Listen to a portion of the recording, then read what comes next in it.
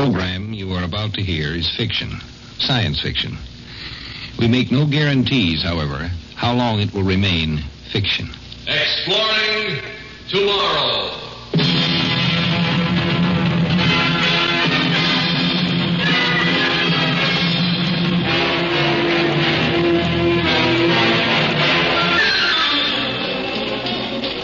And now here is your guide to these adventures of the mind, the editor of Astounding Science Fiction magazine, John Campbell Jr. Dreams are a remarkable thing, a remarkable power of the human mind. Freud, the psychoanalytical school, has held very important. But there's one aspect of dreaming that they deny, they overlook, perhaps. That's tonight's story. If someone handed you a photograph of a man's face and said, do you know who this is? Suppose that was a photograph of yourself 20 years from now. You'd have an awful hard time recognizing that. We can recognize a picture of something that we have seen. It's impossible to recognize something that we haven't yet seen. Let's say we have a patient who comes into a analyst's office, a badly frightened man. Dr. Sharp, my name is Jim Bedford. I got your name from the National Health Trust. They say you're the quick shock analyst they'd recommend in this area. It's nice of the Health Trust to say that. It builds up my morale in these troubled post-war times. They speak very highly of you. I feel so darn silly running to a psychiatrist. That's for old ladies. Maybe we better forget it. I've got a lot of pressing work that I really should be taking care of. Let's see, Mr. Bedford. Now, according to the data you gave my secretary, you're with the State War Reclaim Bureau. Yes, that's right. I'm regional director. I've been with the Bureau all my adult life since 1971. Since the Doom War. Well, it must be rewarding work watching the radioactive ash cleared away, houses and stores springing up again after so many decades, seeing the city itself come back from the rubble, knowing you could take a good share of the credit. It's going to be a long task, another generation. Sit down and you tell me about it. No couch? I thought all you psychoanalysts had couches. This office building was lucky to escape being hit. Yes, it's one of the few pre-war buildings left in this part of Sacramento. Matter of fact, it was your War Reclaim Bureau that loaned my family the money to rebuild. Doctor, why is it happening to me?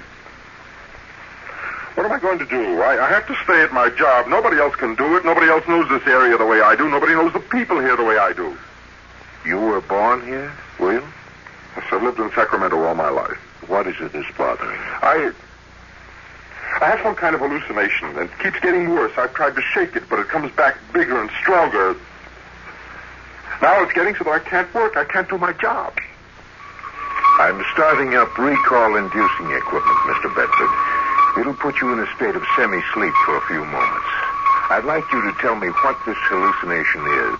Then maybe I can tell you why you have it. And maybe help you deal with it.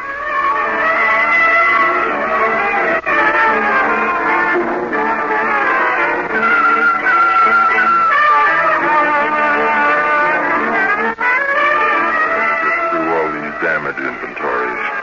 Must be 1 million of them stuck in the basket today alone. Oh, I ought to quit and go to bed and get some sleep. Where's the report on that mutant rat they've been killing? One that spins webs. Better okay the extermination program. Poisoned grain probably be best if it eats grain. Probably have to ask for federal aid. Not enough funds to do the job right. Oh, I'll okay the extermination and hope they can raise the funds. It's bad enough to have ordinary rodent infestation. Plague carriers, the worst possible sanitation menace. Menace? Huh? Oh, it's you, Giller. How did you get into my apartment? Front door was unlocked. I'm sorry to interrupt your work. Well, I was about to stop. What time is it? Past midnight. Do you want a beer? I'm going to have one. Siphoning valuable grain off to make beer in these times of need. Must be nice to be a big wheel and have luxuries. Your own stove, refrigerator. You know, I haven't had beer since last May. You'll survive. You've always managed to. trade some of that black market coffee of yours or some of those eggs from your chickens. You know, we lost all our chickens. That blood disease from the old H-bomb blast. Take a look at this. Your application for aid? Turned down. I know. Why? Don't ask me why. Oh, okay. I'm the responsible person. I turned it down. You and I have been friends since we were kids. So what? You get a kick out of it, lording it over the people you've known. People who were something in the community before the Doom War. People you had to look up to and say sir to. I'm sorry about your poultry farm. I'm sorry for all the poultry raisers, you included, and the beef raisers and the walnut growers, but certain things have to be rebuilt before others. Heavy industry comes first. Factories, steel and cement and fuel producers, synthetic fabric. We're your people. Good night, Giller. Write me a letter on the proper form. I'll talk to you in a few days about my application for aid. Maybe you'll change your mind. Come around.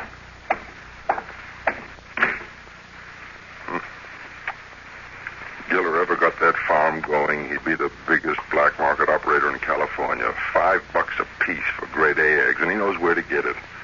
Everybody trying to swing a deal, make money, cash in on people's hunger. I wonder if he's really gone, or if he's hanging around outside. People like him get on my nerves. I better go see, make sure.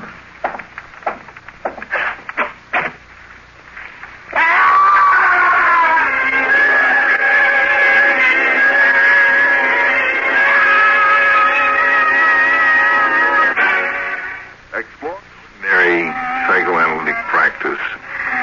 A dream of falling tends to indicate that the patient has some kind of fear of a basic insecurity, a feeling that he's faced with a problem that he must solve, then can't solve. But he's got to solve it, but he can't solve it, but it must be solved. Mr. Bedford. I'm falling. Help me, I'm falling. No, you're not. You're here in my office, sitting in a chair. Yes. But I was falling. I started to go out of my apartment. I opened the door to the hall, and there wasn't any floor under my feet, just emptiness. And I tried to grab hold of something, and there wasn't anything, nothing at all, anywhere. Just darkness. What happened next? Were you hurt? Doctor, how could I have been hurt? It was just in my mind. Maybe I stumbled or something, but I didn't fall, because there was no place to fall. Momentary dizziness from overwork, fatigue. Yes, maybe. And since then, you've had a fear of falling. A phobia. Phobia About high places. Okay, Mr. Bedford, let's try another recall. Now, this time, I want you to remember more about the falling and your friend Giller. Stop it! Don't kill me! Don't throw me over the rail, please! Shut up. Well, you probably think I'm going to give you one last chance before we toss you off this ramp. It's not my fault. I tried to get funds. Bureau's short on funds. Terrible task ahead. He can't hear you. Bedford, I came to you and begged you to okay our application, but you turned us down. You did all you could to block it. Black market rabble? Police never seem to get you all. Probably bought off. That's right, bought off. Now, look, Bedford, for old time's sake, you want to get in on this along with us. I'll let you in. I have a sentimental feeling towards you. I think you sincerely felt you shouldn't okay our application. I never will. Even if you kill me. Oh, you mean that? I got my job, responsibility. Heavy industry comes first. Remember when there were eggs, how the shells looked when they were dropped? Remember how it felt to crush the eggshell underfoot? How did that old nursery rhyme go about putting the pieces of the shell back together? By the way, Bedford, we're making sure the next regional director isn't so devoted to heavy industry. We're getting in somebody with, shall we say, an agricultural frame of mind? Okay, let's finish this up and get going. Get him over the rail. It's almost a mile to the ground. How could a thing like this happen to me and be forgotten? Can a person forget being knocked down, kicked, and threatened with death? It wasn't forgotten. It remained buried beneath, repressed. We'll have to try some more recall, Mr. Bedford. So far, I don't have enough to go on. Now, this business of Giller and his men beating and terrorizing you provides what's called the traumatic incident, the moment of fear that starts the chain reaction of repression going. But Are you willing to try another recall? Not now, Doctor. We shouldn't stop at this point. I couldn't stand anymore. Tomorrow, maybe. We'd better go on now, Mr. Bedford. Now, from what you recalled, I got an impression that there's no time to waste. I don't think they just beat you up and threatened you. I think they did throw you over the rail to your death. I think they killed you. All right, Doctor. I'll let you start your recall-inducing gadget again, but don't make me go back to that moment. Something else. I couldn't stand to see them standing there above me. Higher and higher, and then the ramp and the railing disappearing. This time, I'd like you to think of something pleasant, satisfying. Perhaps a day in your work when you were particularly pleased with what you accomplished.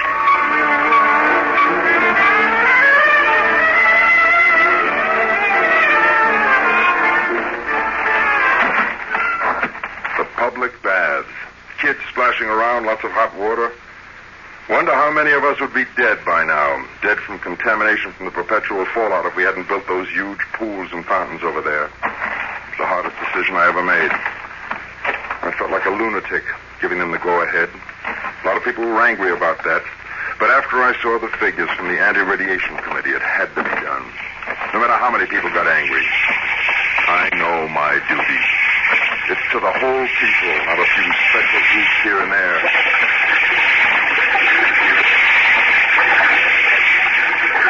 You say you okayed the building of mass public baths, and you actually stood and watched the people bathing. That's right. Togas, like ancient times. Mr. Bedford, I want you to listen to me carefully. I have something important to say to you. What's wrong, Doctor? Well, as a licensed general practitioner, I've been interested in the idea of public baths as an anti-radiation measure. In my opinion, it's a sound idea. But the proposal hasn't yet been put through. No baths have been built. It'll be at least 5 years before the baths can be put into operation.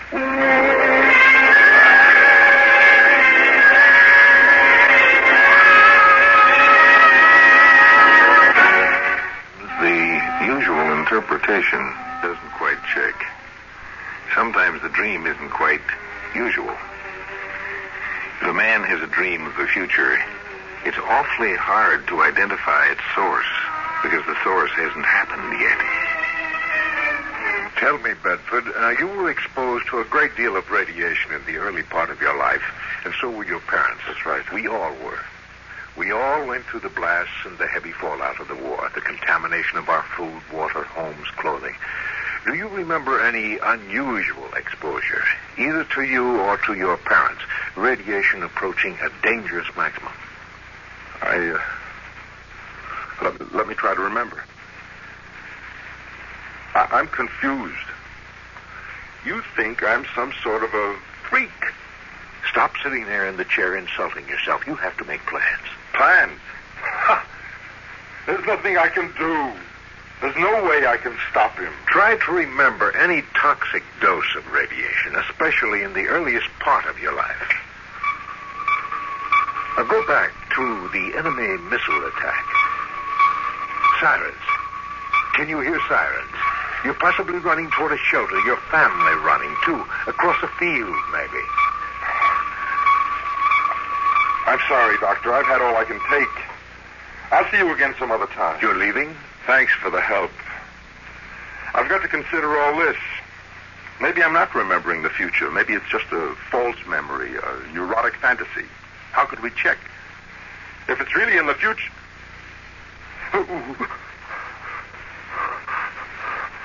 What's the matter? I can't get up. What? I can't stand up. I'm afraid I'll fall. Doctor, now I can't even get to my feet. Well, make yourself comfortable in your chair, and we'll go on with the therapy, as I said we should. I guess I have no choice. Now, you know what we're after this time. At some point in your life, you apparently were exposed to a near-toxic dose of radiation.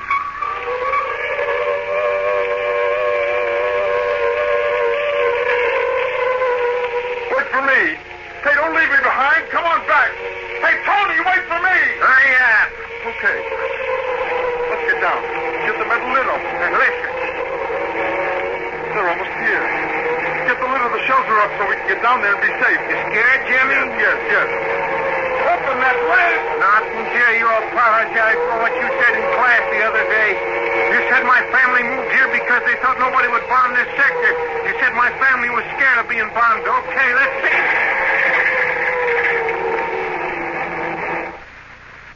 Yes, I remember. When Tony and I were kids during the war. We got the scuffling, seeing who was braver. And while we were scuffling, the first warhead exploded a couple of miles up the coast. So that's where you got the near-toxic dose? Yes. The whole place was saturated. Hot. They had to rope off the rubble, close the roads. I was in the hospital for a month, down in the underground medical wards along with the real casualties. Weren't you a real casualty? No, I wasn't hurt. They made all the tests. They found no sign of tissue damage, blood count okay, bone marrow unaffected, no cancerous formations. But now you know you were affected. Yes, I was affected. Now listen to me, Mr. Bedford. You still have time to re-examine your dealings with Giller. You mean give him the bureau funds he wants so he can set up his black market operations? No, Dr. Sharp. I have my responsibility to the people of this area. Those funds have to be given to the proper applicants. Even if it means your life? Yes, even if it means my life. I'm still not going to give Giller the funds. I respect you, Mr. Bedford. I can see why the government gave you the job. I've tried to do it right. I feel proud of what I've done. The hygienic baths, evidently I'll be successful there. That alone makes it worthwhile. I don't feel too depressed. All in all, it was worth it. A lot of people died in the war. My death comes a number of years later, but, well, I can possibly consider it as a bona fide war death. With honor. Hey, look, I can stand up now. I'm on my feet. Bringing up that material about the radiation exposure must have done it. Do you intend to come back again and see me? No, there doesn't seem to be much of a reason. I'd like to keep on trying. Maybe there's a junction of possible futures. Some point in time at which we can deflect the future that's waiting for you. Uh-huh. I'll think about it. Goodbye, Doctor. And thanks a lot for trying.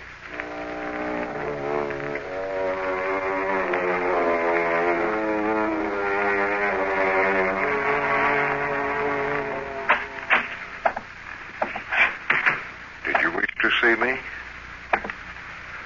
My name is Tony Giller. I'm sorry to bother you, but this constitutes an emergency. I got... Well, it's a compulsion. And it's following up my life. Sit down. Tell me about it. I have an irresistible urge to push people. Push people? Towards windows, out. What am I going to do, Doc? There was a little shrimp of a guy I pushed once, and one day a girl was standing ahead of me on an escalator, and I shoved her. She was injured. I'm afraid I'll eventually kill somebody someday. Some perfectly harmless person who never did anything wrong in his life.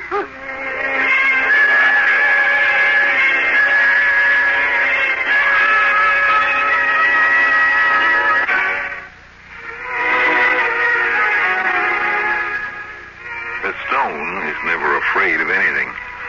The stone has no sense of futurity, no sense of a future to control. Wherefore, it has no fear. If you can feel fear, it means that you can sense the future. To the extent that you can sense the future, you can control it. You don't have to be stuck with any particular future. If you take the trouble to dream about the future, then you have a chance to do something about the future. If you don't like atomic wars, you have a chance to do something about it, provided you dream that it's there. Nightmare or not, you have a chance to do something.